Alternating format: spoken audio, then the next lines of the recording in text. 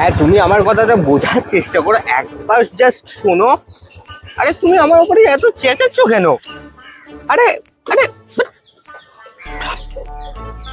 কেটে দিল। কি ব্যাপার বলতো? সারাদিন ধরে খিটিপিটি লাগিয়ে রেখেছিস, শুধু ঝামেলা আর ঝামেলা।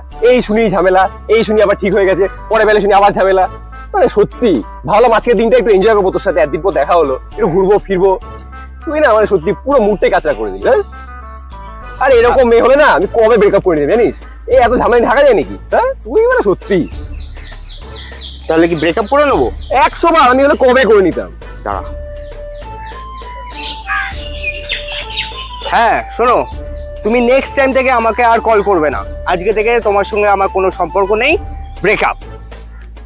বাহ, এই হচ্ছে শেরকা বাচ্চা। একদম একদম ঠিক করেছিস। এবার দেখ কত রিল্যাক্স থাকবি। তুই বস বরঞ্চ, আমি সিগারেট নিয়ে আসি। ঠিক আছে, বস যা।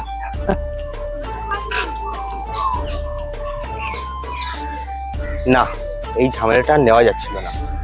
অগ্নি আমাকে ঠিক সাজেশনই দিয়েছে। সত্যি আজকালকার দিনে ওর মতো বন্ধু পাওয়া ভাগ্যের ব্যাপার। আমার বেস্ট ফ্রেন্ড। হ্যাঁ রিয়া, কি হয়েছে? আরে আমি জানি তো হিরো তো ব্রেকআপটা করে। আরে আমি তোমাকে তো বলেইছিলাম ছেলেটা ভালো না। আরে ওই রকমই ছেলে, ও কত মেয়ে এরকম চড়িয়ে বেড়ায়, আর ও খুব কষ্ট দিয়ে কথা বলে আমি জানি। দিল তো তোমার মনটা ভেঙে। তুমি যে কি করো না, তোমার চয়েসটা খারাপ হয়ে গেছে। তার থেকে আমি তোমাকে বলি, তুমি যদি আমার কথাটা একটু ভেবে দেখো। দেখো আমি না মানে তোমার মনের কষ্টটা ব্যথাটা বুঝতে পারছি।